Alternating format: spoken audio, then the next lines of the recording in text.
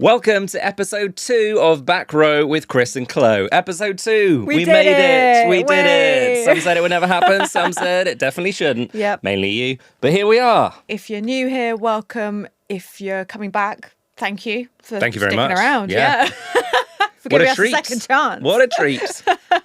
Can't have done too bad if people have come back. No.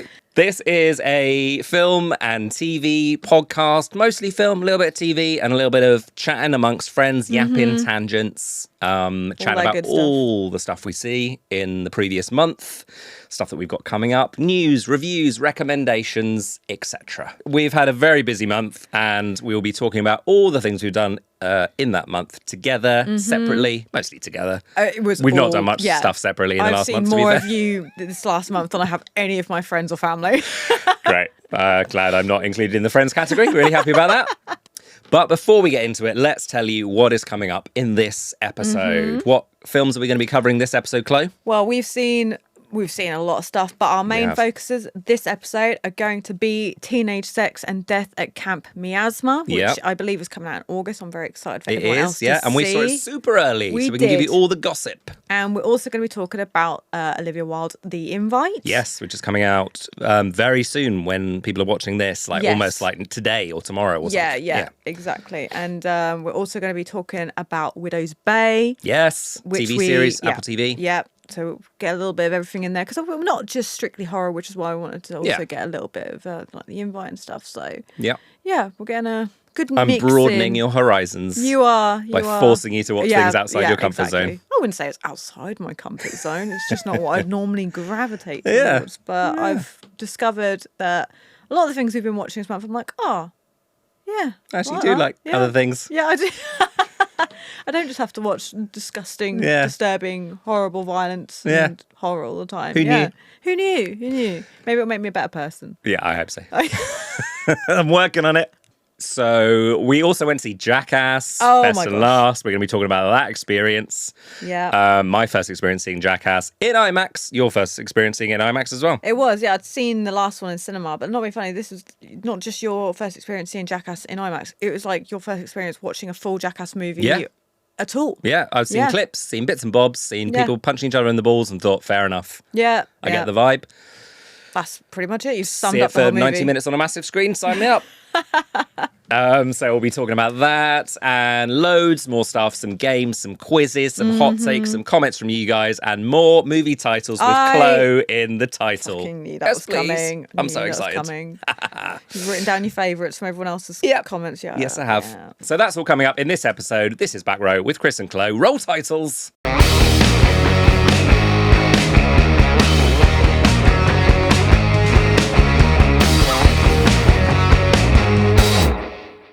So we went to our first joint film festival together, South by Southwest London. My first time going to that particular festival.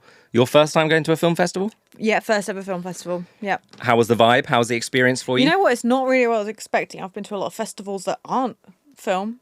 It doesn't feel like a festival, does it? When you think festival, you think of everyone sat in a muddy field. See, I don't because I famously hate being outside. Yep. Mud. Tents, all that stuff. Don't like it. It's a good thing Film you went festival. And did one of those then. Yeah. God, my God.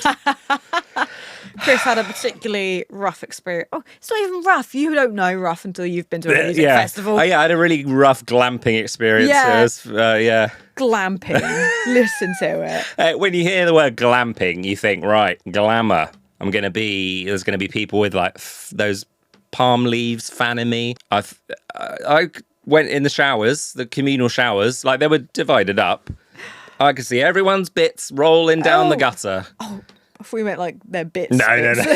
Swinging under the door. Why is it falling off and rolling down into the gutter? How bad was this festival? No, but it was like I was in the last cubicle and the fact you were showering at a festival to start with. Hey, you're already. I can't not shower. I'm like I can't leave the house. As someone who used to go to Downloaded Festival and stuff like that, like you don't know what a real festival experience No, is. thank you. You sent me a picture of your lovely little teepee and I was like, shut up. It was like 4,000 degrees in there. It was like a scene from Midsummer. Yeah, that's just camping. I walked into the field at like dusk and there was just a row of like white tents. I was like, I'm going to die. I'm going to get sacrificed. So we went to South by Southwest London, which was held at mostly around the Barbican, Shoreditch, East London areas. And we saw a bunch of films. We saw Virginia Woolf's Night and Day with Jack Whitehall, Hayley Bennett, Timothy Spall, Jennifer Saunders. Great cast. They were all there, which was really very exciting. Yeah. Jennifer Saunders wasn't there, was she? No, which I was upset about, but I'll take what I can get. But that was really fun. That was a nice, like, kind of gentle that was sort the first one we saw, First one we saw, yeah. That was nice. Yeah. Some good performances. Very wholesome. That was fun.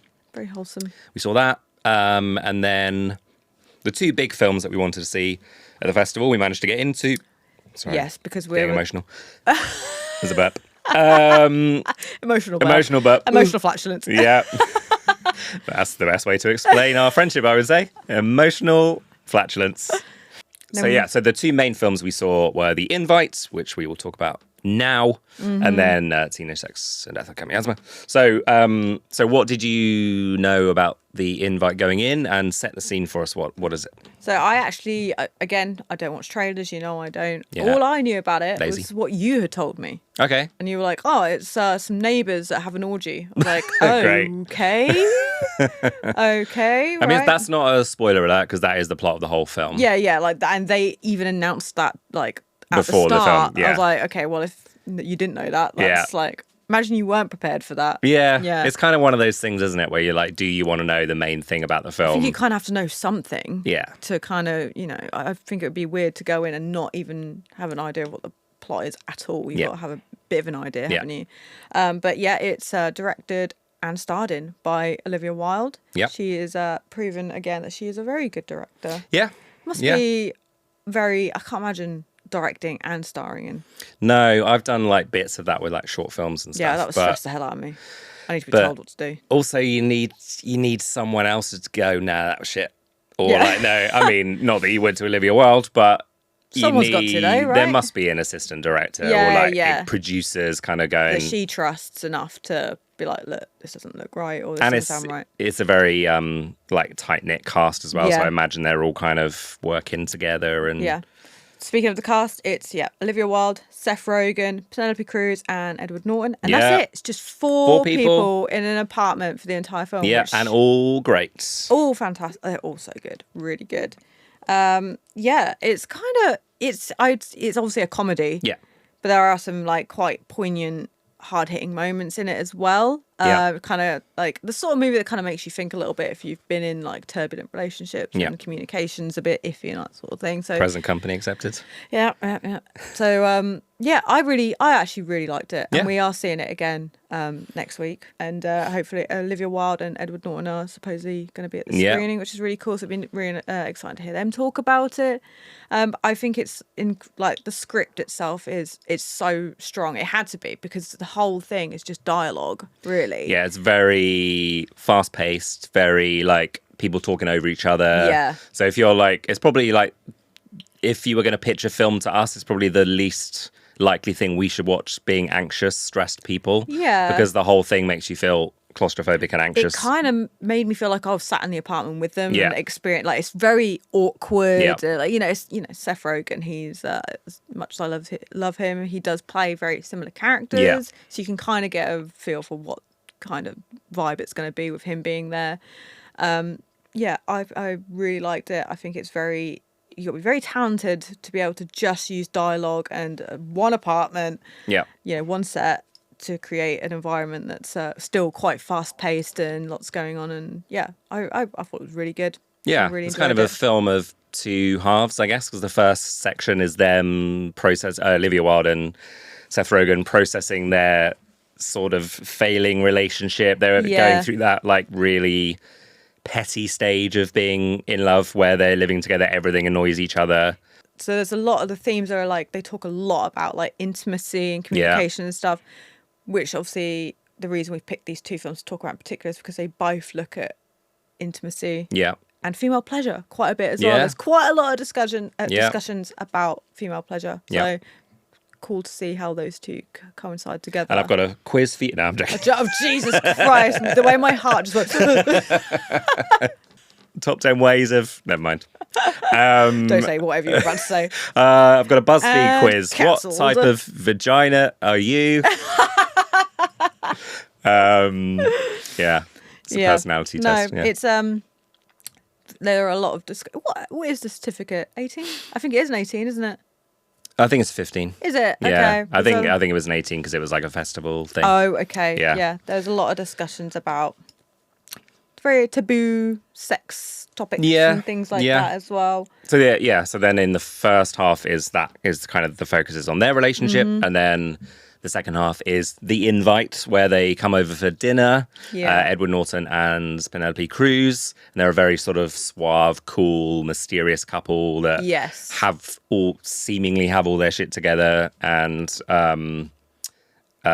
kind of swanning around being sexy and doing sexy couple things. Yes. And then the antithesis of them being supposedly perfect and then the other couple falling apart. Yeah. And then they both meet and have this very awkward dinner party.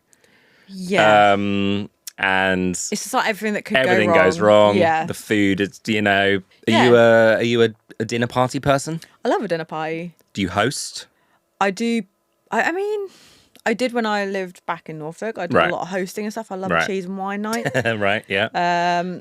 I prefer hosting, to be honest. I just like being in your own environment. Yes, being I'm in control. Safe. Yes, you know me well. Yeah. I like to be in control. Yeah. I like to also impress people with my charcuterie board skills. Fucking hell, that's a long word. Yeah. I get all the little meats. I roll them up into little shapes. Little shapes. Yeah. What shapes? Like you can like Winston Churchill ham put them and on stuff. top of a glass, all right, around the edge, around the rim. Put what on top of a glass? The slabs of meat. You can create a little rose and you take it off and put it on meat the board. rose. Stop, you're making it sound horrible. That's one of the vaginas on the list, actually. Meat rose. Yeah, no, I'll like put little waves in the cheese and stuff. What are you making meat roses for, you maniac? That's like the diary of a serial killer. Board. It looks nice on the board. I'll show you some pictures afterwards. Like you'll love my meat rose, actually, if you ever look. Fucking Jeffrey Dahmer over there.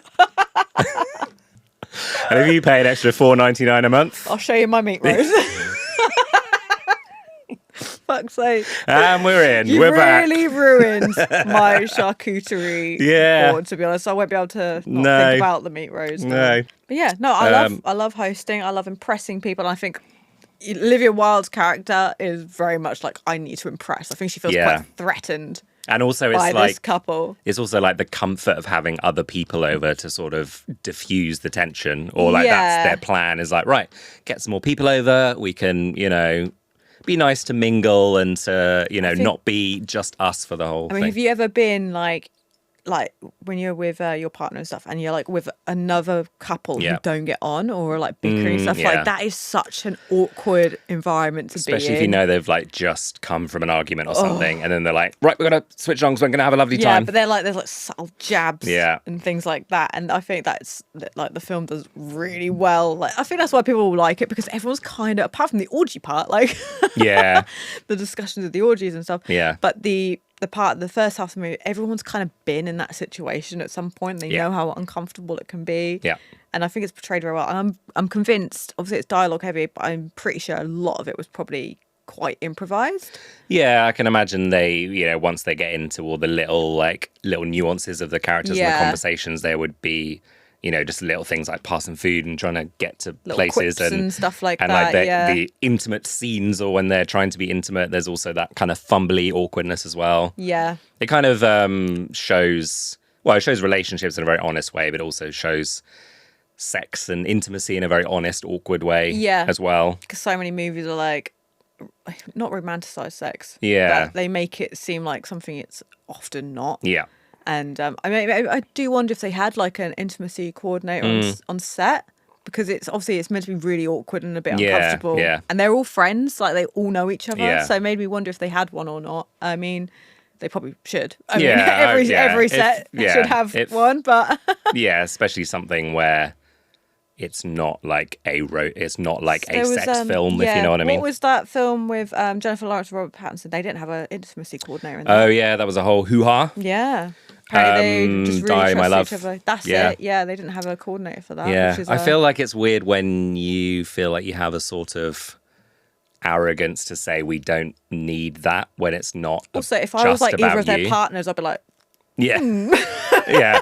So actually, we want to close that. Yeah, we've actually got great sexual chemistry. Yeah, we're going to have 2 to 3 weeks rehearsal. And then we don't want anyone else telling us where things should go. Yeah. But I mean, it should be like anything, I think, with like a fight director. You know, you wouldn't pick up props and start hitting each other over the head without someone telling you how to do it safely. You know, you need. True. You do need. It's for your safety. It's for everyone else's safety. It's for even things like camera crews and stuff, knowing where they can film, because there's going to be because things are going to slip out, pop out, flap out, flop up.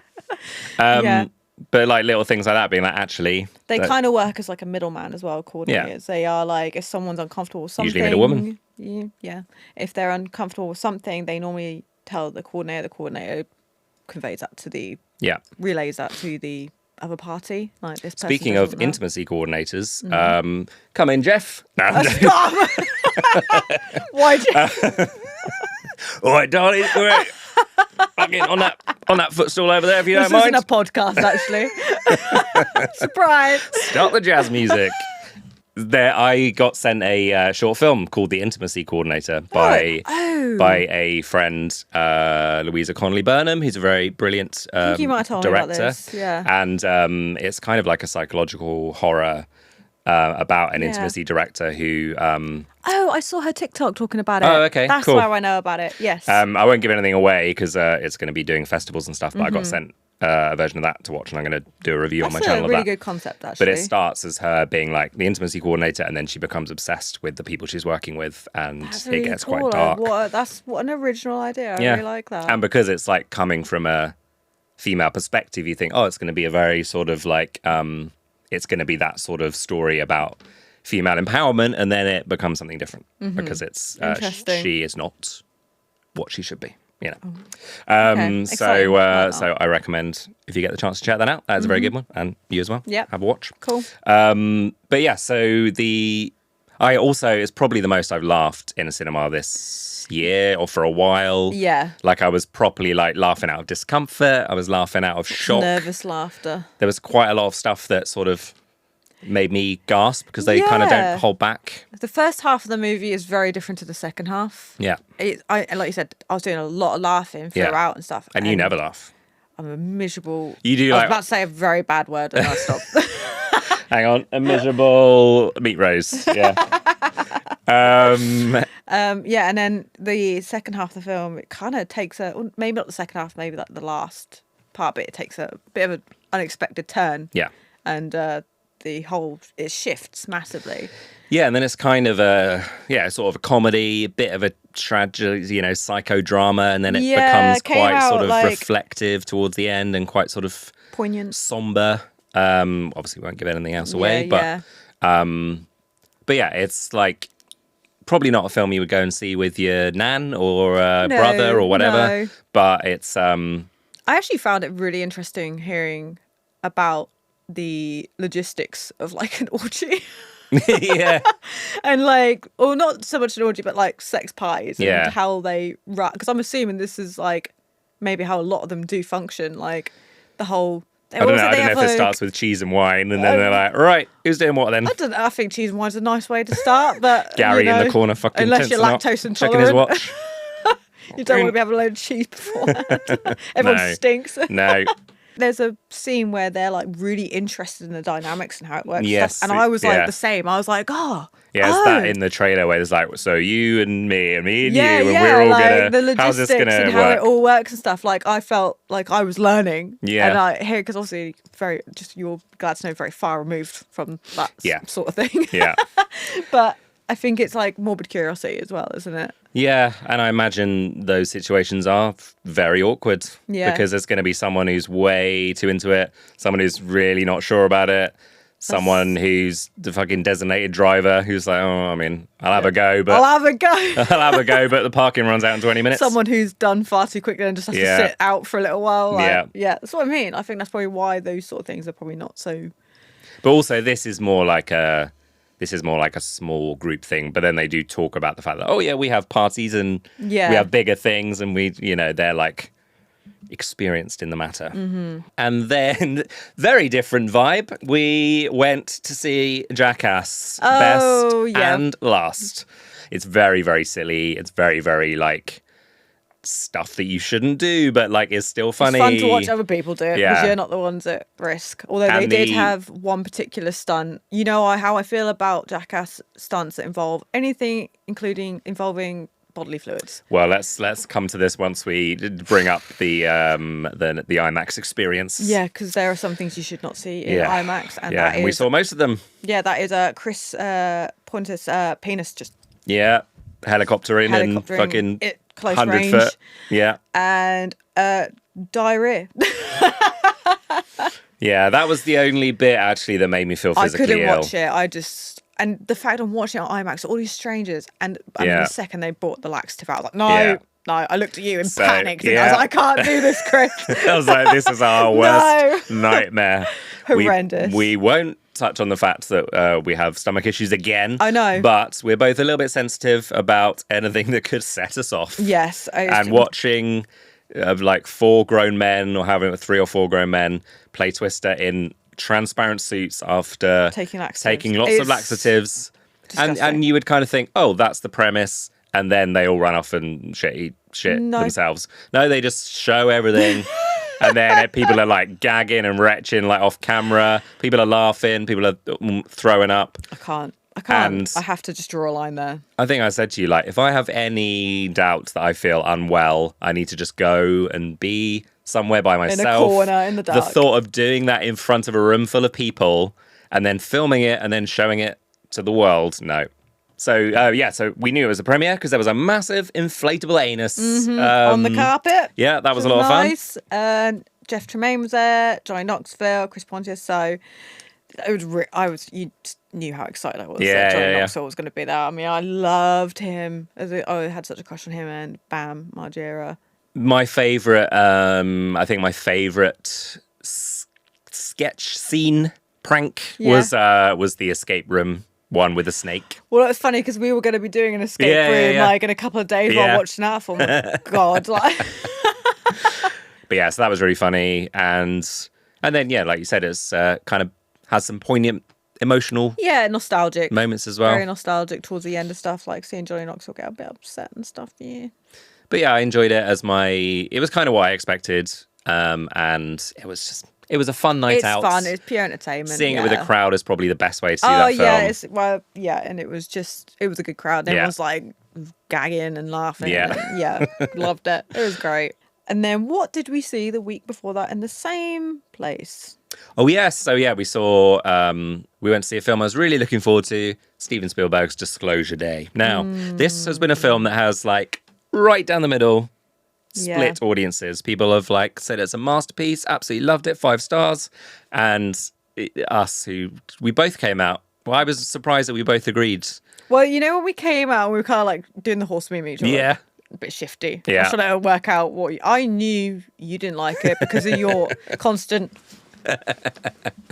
crossing your legs, sighing. I was like, I don't know if you can tell going to events with me, for the people at home, I sit like completely still. You are like a corpse next to me. Yeah.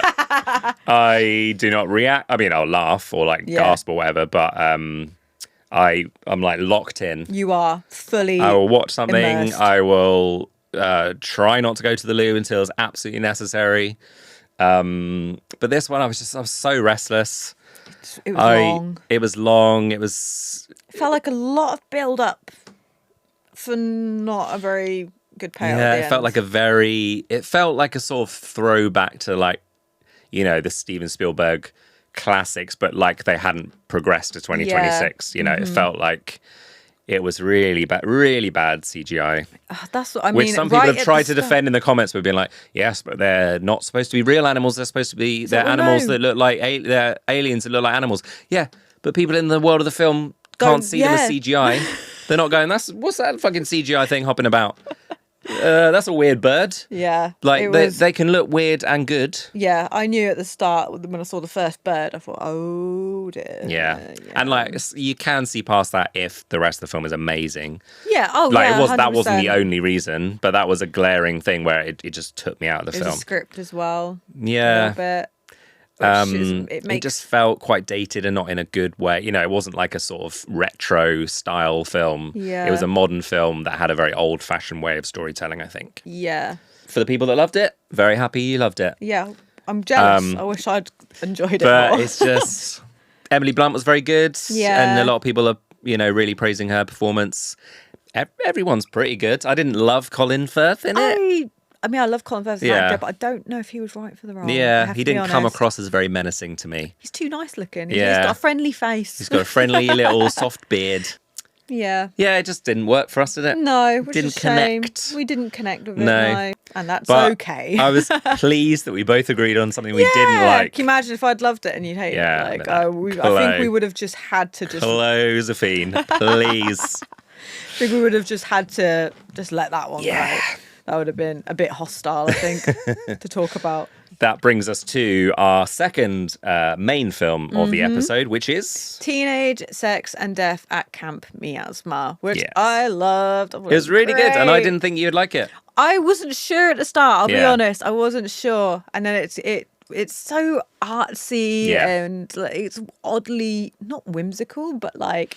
quirky. It's very quirky. Yeah. It was very different. It kind of, this is going to probably, some people probably won't like this, but it kind of reminded me of In a Violent Nature. Only aspects of it, some of it. Tonally, sort of like the style, the way it sort of, the way the slasher elements are. Yes. Yeah, it really reminded me of that. It's not like, the POV. The film isn't like that, but the certain but it had those bits, elements. Yeah, no, I really liked it. I thought it was really fun. I thought it was completely different. Yeah. As well. What did you think?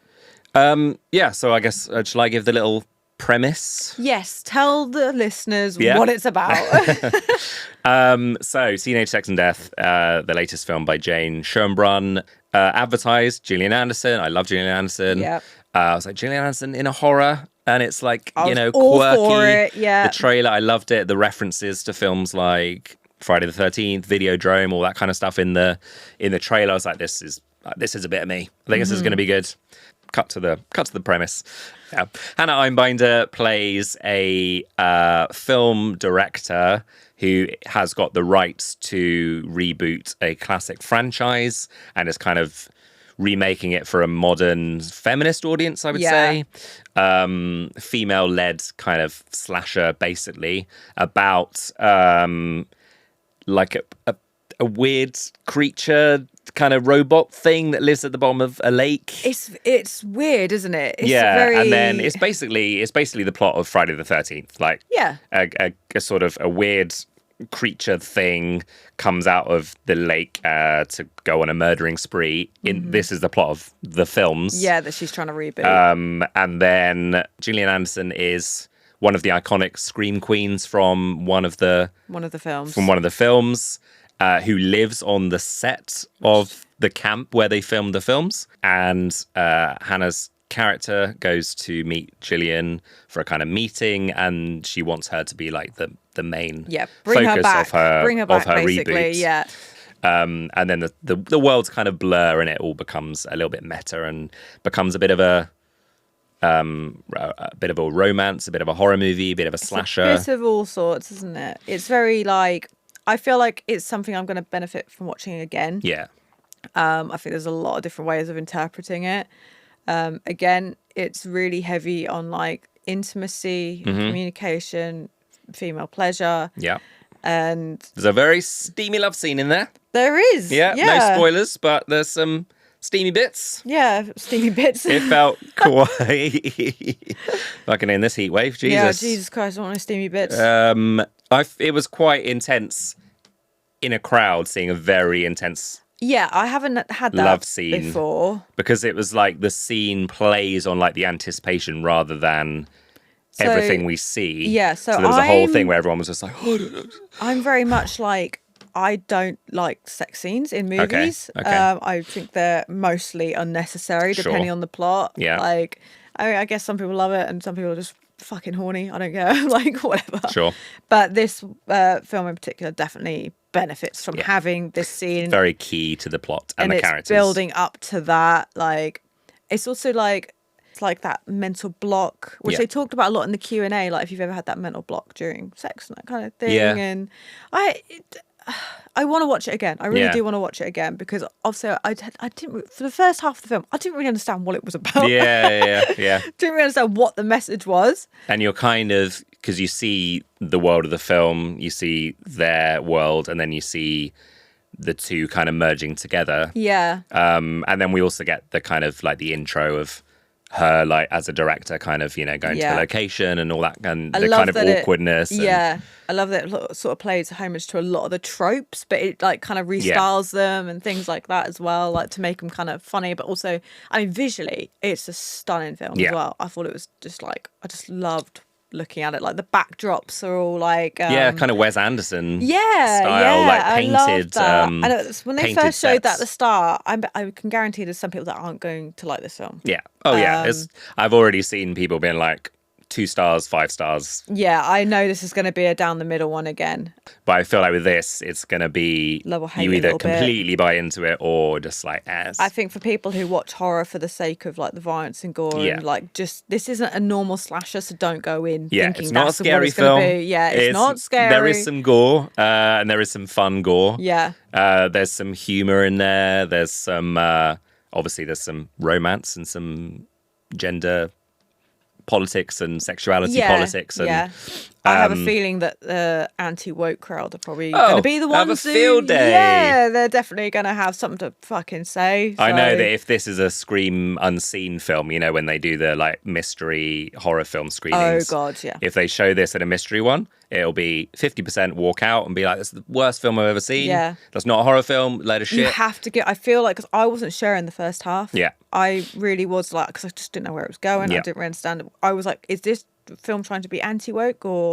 I didn't really know what it was trying to do. And then, but you've got to stick it out. Like it's so worth it in my opinion, especially if you like something that's a bit different. Because I'm not a slasher fan. I've said this before. Don't really like slashers. Yeah. And this is exactly what I needed from a slasher to be like, I love this slasher film. No, it is kind of like a loving tribute to slashers, but also picks apart all the stupidity of them. Yeah. And like the sexism. It's very self-aware, isn't it? Yeah. It's very self-aware. The sexism, the stupidity of the characters, the repetitive nature of them. The more we're talking about it, the more I'm remembering and the more I'm like, oh my God, I love this. I love that. Yeah. And the fact that the sort of killer of the slasher franchise is this weird, like sort of square-headed thing. I like that. I like that. There's sort of like a nondescript like character. Yeah, just going around hacking people. Yeah, it's still got those ridiculous amounts of blood like spurting I love that. It's out. very camp. Yeah. It's very camp. Yeah. Loved Camp Miasma. There you go. I absolutely loved it, and I want to watch it again. Gorgeous soundtrack, really good soundtrack. I was going to say, I love the soundtrack. And it was very sort of, I don't know how it was like a very soft sort of like indie sort of soundtrack, maybe. Yeah, I've actually downloaded a lot of the songs from it. And I'm like a big visual person, like if a film looks and sounds really interesting. We're like babies with keys. I need something, like, bright colours, fun sounds. But then some people just really don't buy into that. They're just like, I just want the story. I just want the... Yeah, which is fine. Like, you know, everyone's different, aren't they? Like, a lot of people like the simplicity of a slasher, whereas I just don't. Yeah. It really has to be something quite... innovative, have more substance. Different. More substance to it. Also, don't find slashers that scary. Because it's like it's just a person with an axe running around chasing people and half these people. Yeah, and it kind of, the film actually kind of explores that a lot, to be honest, where it's just like the ridiculousness of a lot of them. And like the, you know, slow-mo running in her pants. I and love like, that. I thought that was so good. Little motifs like that. And then there are references to films like Sleepaway Camp, which kind of tackles transgender characters in a really clunky like 80s way. So it kind of takes a piss out of that a bit. Like final female, that kind of like taking a piss out of that a little bit. And then a lot of references to the Friday the 13th films, even down to like the poster art on like the videos when they're in like the video store. And so I think if you're a horror nerd of like the classic slashers and like horror that does something a bit differently, I think you'll really like it. But if you're looking for a scary film or an easy to watch horror, it's not going to be your thing. No. At all. No. Which raises an interesting question that we've had quite a lot. What is a horror movie? What makes a horror movie? Oh my gosh, some of the comments we've had on some stuff lately, like fighting for our lives. Can I just put it out there? Yeah. The person you're arguing with on the back row socials is not me. Hey, that's not entirely true. You are out there like, and I'm just like sat there like. You definitely reply to some. One or two, but I normally it's my account. From and you, the problem is you want to argue with logic and facts. I just want to call people names. And that's why I don't reply to the comments. If you're being called a name, it's Chloe. If you're getting analysis and intelligence and wit, it's me. I can't help it. Well, actually, I think you'll find that cunt. They're the two options you're going to get. You know what it is? It's just like I haven't got the energy, like, to explain to explain to someone why I think their opinion is silly or something. Because everyone, at the end of the day, people are obviously entitled to their opinion. Yeah. And whatever I say most of the time isn't going to change that. Yeah. But it is just incredibly infuriating. Yeah. So there was one recently, but it was particular, very gory new film coming up. Yeah. And he put the trailer out. It did really well. Yeah. Everyone's commenting, but the amount of people, and I'm talking, this is like Terrifier levels of gore. Oh, yeah, I know. Yeah. And the comments there was a couple of comments saying like, this isn't horror. This isn't a horror movie. Yeah. So. And I'm just like, what do you mean? It's not a horror movie. The whole thing about horror, like, it's impossible to explain to people what horror is, because obviously it's different for different people. So there are two like main components to horror. Yeah. Or like this argument. And that is, one, horror is completely subjective. Yeah. What you find scary or disturbing or whatever might not even remotely affect someone else. Yeah. And also, horror is just a umbrella genre. Mm-hmm. There are so many different genres beneath that. Folk horror, slashers, paranormal, home invasion, splatterpunk, psychological, splatter, gore, there's etc. So much. Horror comedy. Yeah. Still horror, by the way. Yeah. Black comedy. Oh, it made me laugh. Doesn't count. It's not scary. You need to laugh sometimes when you're terrified. And that's why I just like haven't got the energy to argue with people who are saying that like a really gory film isn't a horror, because that in itself, that is a subgenre. It's gore. Yeah. And I'm saying it to you now, internet. Horror does not just mean scary. Yeah. And horror does not just mean gory. Yeah. There are so many like art house horror, I mean, I feel like, sex and death. I know a lot of people can say it's not horror. Yeah. And that's going to really wind me up. Horror can make you uncomfortable. Horror can make you relate to fears you didn't know you had. Horror can be subconsciously, trauma. Yeah, it psychological. Can be grief, whatever. Yeah, and it's crazy how many times you have to explain it to people. But like, that's why I don't bother anymore. I just let you fight people. People are scared by different things. What I personally find scary is supernatural stuff and like ghosts, demons. That's what I find scary. Like commitment. And I don't find gore scary. No, but it's still fucking horror. It's still horror. That would be like arguing that the Terrifier franchise is not horror. I mean, it is. Yeah, I don't know what you. It has lots of blood. It has a maniac going around chopping people up. People are like, oh, but it made me laugh. I'm like, yeah. I laugh at a lot of horror. Yeah. And people like with Obsession being like, but it's got funny bits in it. I saw a few comments like that. And that was... but it's and also people being like, even people saying Obsession's not a horror film. So what are you talking about? What are you talking about? And people saying Hokum isn't a horror film. It's a thriller. Then if you're saying that, I'm sorry, then nothing is a horror film. Like, so it literally has the beats where like someone's going into a scary place. Yeah. There's a jump scares aren't... I think you're being rage baited and you fall for it every time. But also like people saying if it doesn't have a jump scare, it's not horror. And then people saying if it has too many jump scares, it's not horror. That's what I mean. That you can't win. Subjective. You cannot win. Some thrillers are horror. Like American Psycho is technically a dark comedy thriller, but there's horror elements. There's like slasher elements. Well, I said that about Seven, and a lot of people didn't like that. Yeah. Yeah. There's the fucking head. Yeah. There's a jump scare. There's a bit of gore in there. There's like the tension, the jump scares. The bit in the bed when there's the whole body. You might not think of it as a horror, but it has horror elements. Yeah. But yeah, so let us know in the comments, what do you think makes a horror film? Because we'd love to hear. Yeah. We love to fight for our lives once again. You know what time it is, Chloe? You're going to make me do something I don't want to do. Yeah, well, let's do it a little bit more succinct than that. It's quiz time. Let's narrow it down. Is it like, what, general movie trivia? Don't you worry about what it is and what it isn't. Christ, okay. Don't you worry. I know that you're not going to get a single one of these. Yeah, it's a humiliation ritual is what this is. That's my favourite time of the day. So the first quiz is guess the film title from the initials and an actor. So I'm going to give you the letters of the film. So if it was Mrs. Doubtfire, it would be MD. And then I would say Robin Williams, and then that would be the clue. These are across the whole of the genre of the film world. Oh, no. So there could be anything. They're not going to be in your lovely little comfort horror bubble. S, Scream. No. It's gonna be harder than that. Ready for the first one? Yeah, let's do it. Okay, so just a reminder, initials and an actor. Okay. So the first one, G-O-T-G, and the actor clue, Chris Pratt. Guardians of the Galaxy. Hey, we go. All right. Very good. Off to a strong start. Yeah, they get harder. Oh, okay. Well done if you got that one at home. Okay. B-T-T-F, Christopher Lloyd. I don't know who Christopher Lloyd is. What? I don't know who that is. What do you mean you don't know who Christopher Lloyd is? Okay. I don't know who that is. I don't even know what the film is. You definitely do. Christopher Lloyd, I have no idea who that is. B-T what? Fucking B-T-T, get fucked, mate.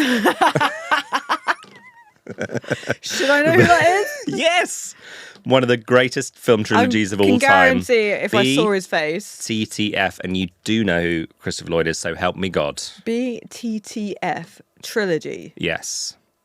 Think of a big movie trilogy. I'm trying. And B. B-B-T-F. Great Scott. Great Scott.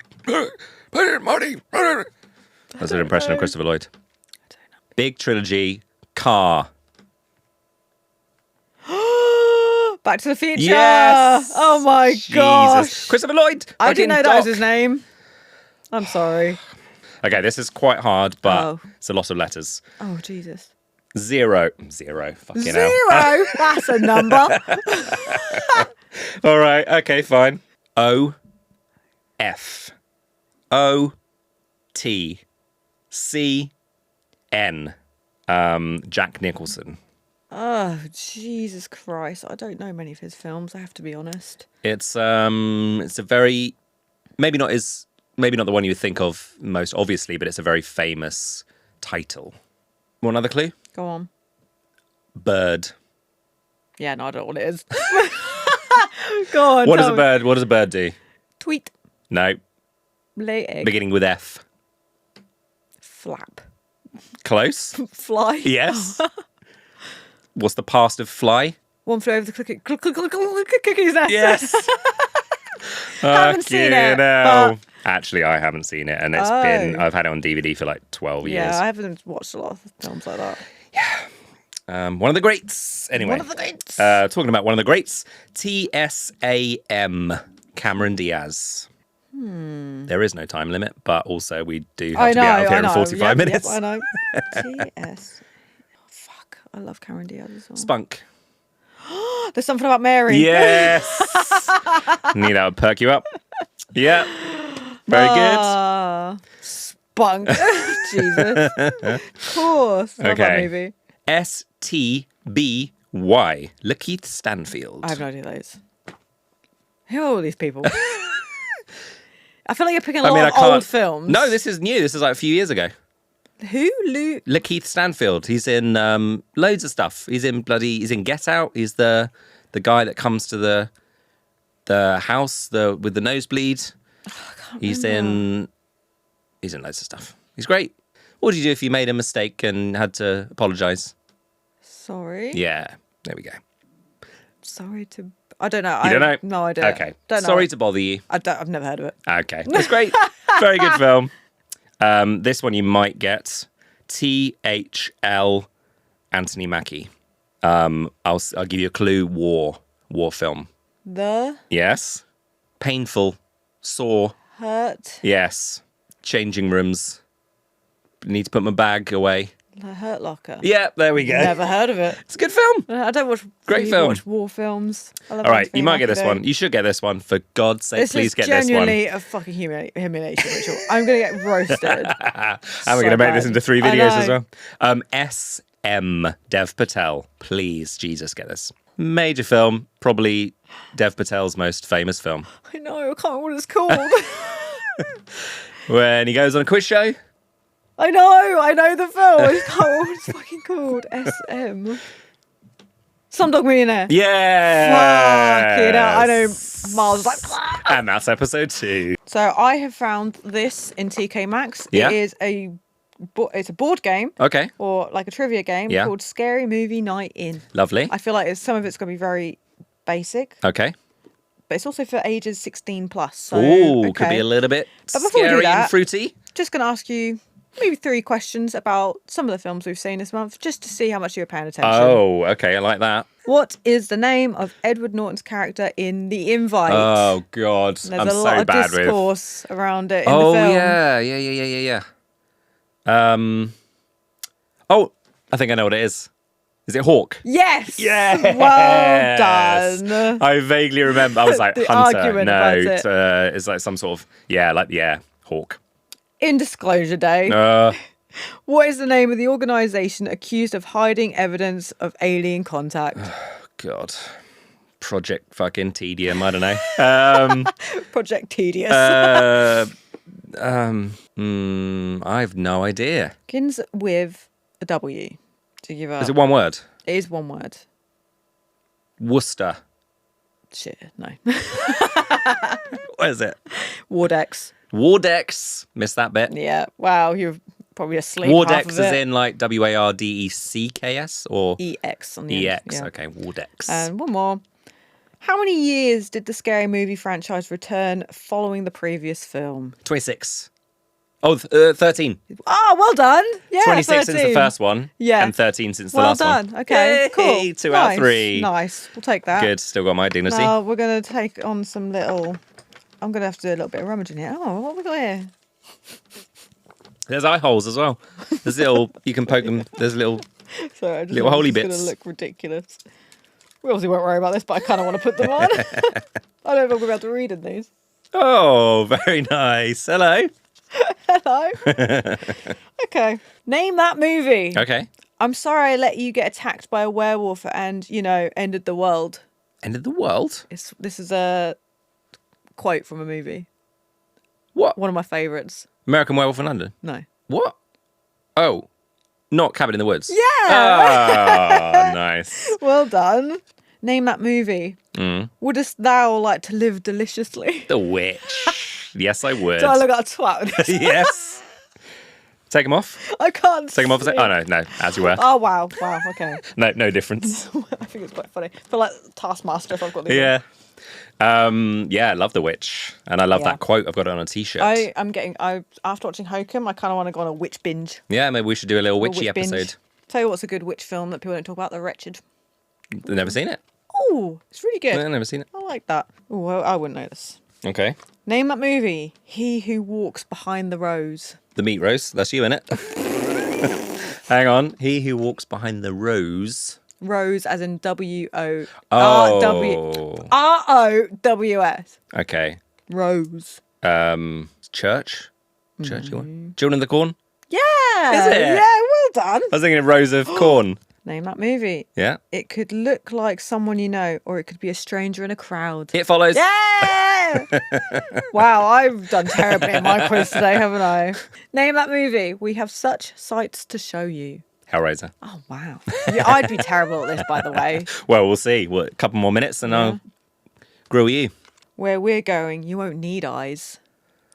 Wait, I know this. Alien? You're on the right track. Event Horizon. Yeah. Yay. All right. Okay. Fair enough. You've proved yourself worthy. All right, give me a few. And the glasses. Okay, fine.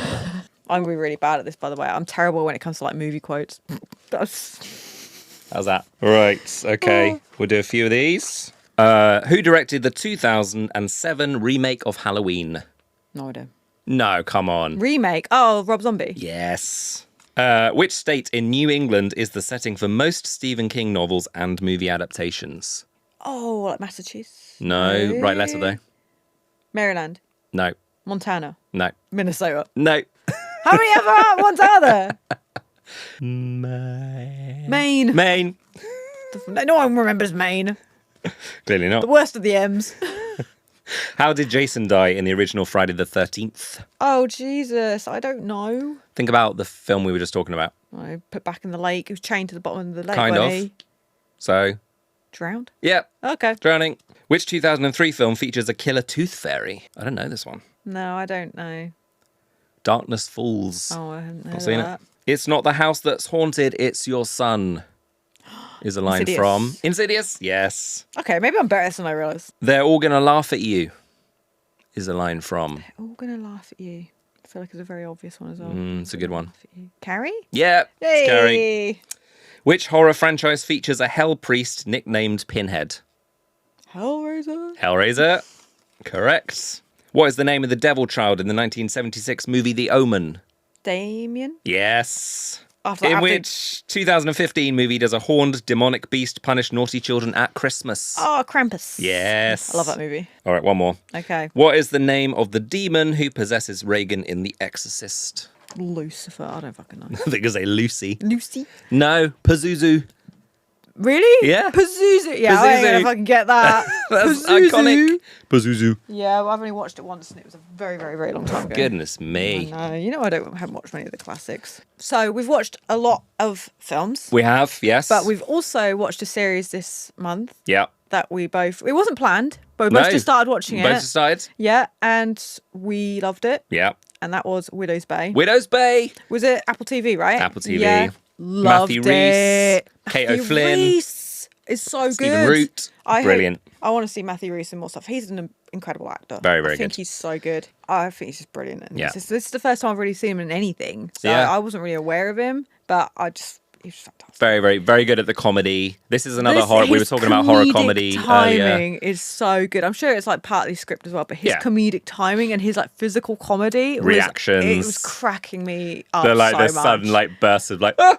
Yeah. Or they just like jump in. His screams and Yeah. stuff like, oh, he's just so good, and he's Welsh, isn't he, or Yeah. something? Yeah, you wouldn't. I had no idea. He's got like, I mean, it's in the nicest way possible, Yeah. not derogatory. Looks American. Yeah, he's got a very like a film look about him. Yeah, like he's so good, and the series like completely like totally original. Yeah. And kind of follows very different styles of horror as well. Yeah. Like there's kind of, the supernatural, there's the like kind of mythic. Do you want to give the listeners a premise? I was trying to remember what it even is. Like it's quite hard to. So basically, he plays a mayor of a small town island. Off of is it New England or something, isn't it? Yes. Yeah. Which is kind of like it's a failing community. It's like very dated. Yeah, I was gonna say dated. It's like behind the times and stuff as well, isn't it? Yeah. And isolated. He wants to kind of bring Tourism. life and tourism and kind of get people talking about it again. And there's a community of sort of like weird townsfolk. It's very sort of like culty vibes. Lots of quirky characters, which I love. All the characters are super strong in it. Like they're all got really strong quirks and like characteristics, traits and stuff. Like there's not a single person or character in it that I even really dislike. Yeah. They've all got something quite intriguing about them as well. Like most of them are on the slightly older side as well, so it's kind of those like when you get those funny conversations between petty older people, there's a like lot council of that. members and that kind of thing. There are rumors that the island is cursed and that there is something in the water and that he's there is like kind of in denial about it all, like oh, it's all a load of rubbish, kind of like a thing. Jaws kind of vibe of like, now you say that, like he's the mayor saying everything is fine and everyone else is freaking out. And he kind of gets sucked into this like world of kind of trying to debunk what's happening and trying to get to the bottom of these weird occurrences, and then people start behaving weirdly in the town. And there's like so many random episodes that go off in complete tangents, like the episode where he just takes magic mushrooms. I loved it. I thought it's just got so much going for it. It's been renewed for season 2. The writer, Kate C. Dippold? I did look at what she'd written before. I didn't recognise any of it. So I was like, this is interesting for her. I think she wrote like that comedy with Sandra Bullock and... The Heat. That's it. Yeah, she wrote The Heat, and I didn't really recognise anything else she'd done. She wrote on Parks and Recreation quite a lot of that. That's it. Yeah, I love Parks and Recreation. So that's where the great comedy comes from. Has come from. And then Ghostbusters 2016, Haunted Mansion. So she's kind of done horror adjacent stuff. So she basically mixed those 2 horror things in with her comedic writing, and it's created a masterpiece. And it just constantly wrong foots you. Like there's that brilliant scene with the party, like where Patricia's like involved and just like there was one where are the hot people? There was one shot in that me and Mars were like, oh my god. Yeah. Do you know it was when the camera's doing that? Yeah. And then there's that everyone's got their mouths open. Yeah. So we'll give minor spoilers, but so there's like bits when because there's the bit when they're all walking into the lake, which was really creepy, or like all stood in the lake. And then, that scene where it's just stupid, goofy dancing.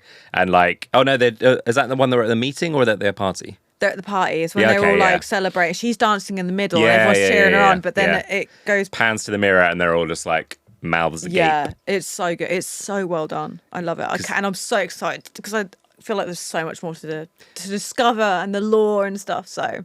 I absolutely loved it. Great performances. Can't wait for genuinely series 2. Scary in parts. Like there's one scene in like one of the early episodes where he's in the car and like that fucking shut me up. There are some bits like it's such a roller coaster. There's like a Hokum type bit where he goes in like a basement. That was really scary. There's a roller coaster of emotions watching it, which I love. It just kept me on my toes the entire time, and like we were binging it. Like as soon as one finished, we were like, get the next one on. There's like 8 or 10 episodes. 8 episodes? And when we caught up and had to start waiting weekly, we were chronically depressed. But it's just it's got the whole package. It's great. So that's been a roller coaster month. We've seen some great stuff. We've seen some mostly great stuff. 1 or 2 things we haven't liked so much. Yep. Mixed bag. And we've done amongst all that, we've done crazy stuff. Like we went to an arcade escape room together. That was fun. In London. You saw me leaping about doing testing exercise. Our friendship. Forcing us to work together as a team. We didn't have any arguments. We did quite well. Yeah, we worked together quite well. Yep. That was fun. We've had numerous cocktails. Oh, dreadful amount of alcohol consumed. Gone to various establishments and junkets. Confessed. We've done some junkets, which we were going to talk about in the next episode. Press junkets. Yep. I think we can say that we've done them. Oh yeah, well I've put it all over my story, so I hope so. Amazingly, we interviewed J.K. Simmons. I cannot comprehend how exciting was that. I know. I can't believe I told him I'd kick his foot if he fell asleep. Am I okay? Like, and then you don't tell J.K. Simmons you're going to kick him. and then he said that we're going to be in the second series of the Westies. Yeah, I feel like that's a threat. Yeah, we've got that on camera now. J.K. Simmons said we are the second series. That was really cool for the Westies. We got invited to the European premiere last night, and that was really fun. Front row. I had a wee next to J.K. Simmons. You did, didn't you? You just came out like, I just had a wee next to J.K. Simmons. I did not know where to look. I was like, can we stay in here a little bit longer, please? Talk about Whiplash. So we got to interview him, Tom Brittany, the whole cast pretty much. Titus Welliver is a very, very cool guy. He is so funny. And he was genuinely very nice as well. Yeah, I mean, everyone was nice. Kind of remind me of my dad. Yeah, proper dad vibes. I feel like I feel safe with Titus. Yeah. Great. And I feel like we have lots more exciting things to come. We're almost done. Next episode, we will be mostly covering Evil Dead Burn, which we are very excited by.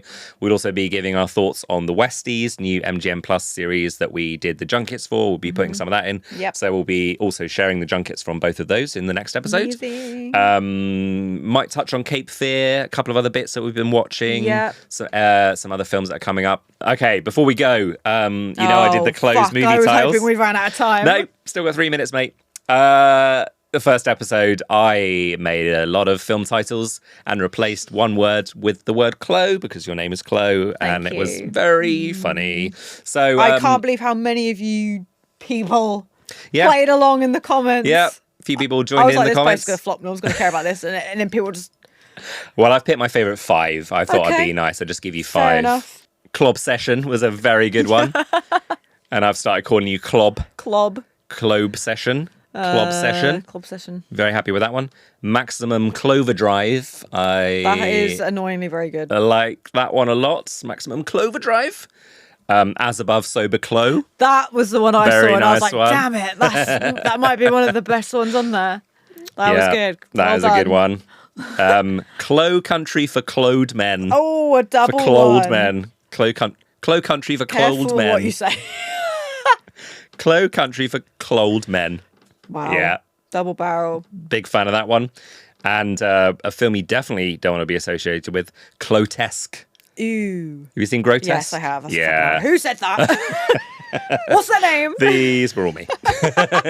My friend messaged me saying, like, I can't believe no one's commented Cyclo. Cyclo. I know. Yeah. Well, it seems so obvious now. Yeah. I was like, that's such a good one. So, I mean, keep this going, guys. So, I think we're kind of done, aren't we? Yeah. That's us done for another episode. Mm-hmm. Thank you, as always, for being my tolerating you, for being my emotional support friend, podcast host, little anxious friend. Yeah.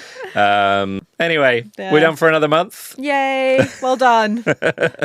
Thank you very much. I've been Chris. I've been Chloe. This is Back Row, and we will see you in another episode very soon. Make sure to like and subscribe on all audio and video platforms, and we'll be back next month with more horror, movie, TV, and pop culture goodness. Yay! Thank you very much. Thank you. Goodbye. Bye. Goodbye.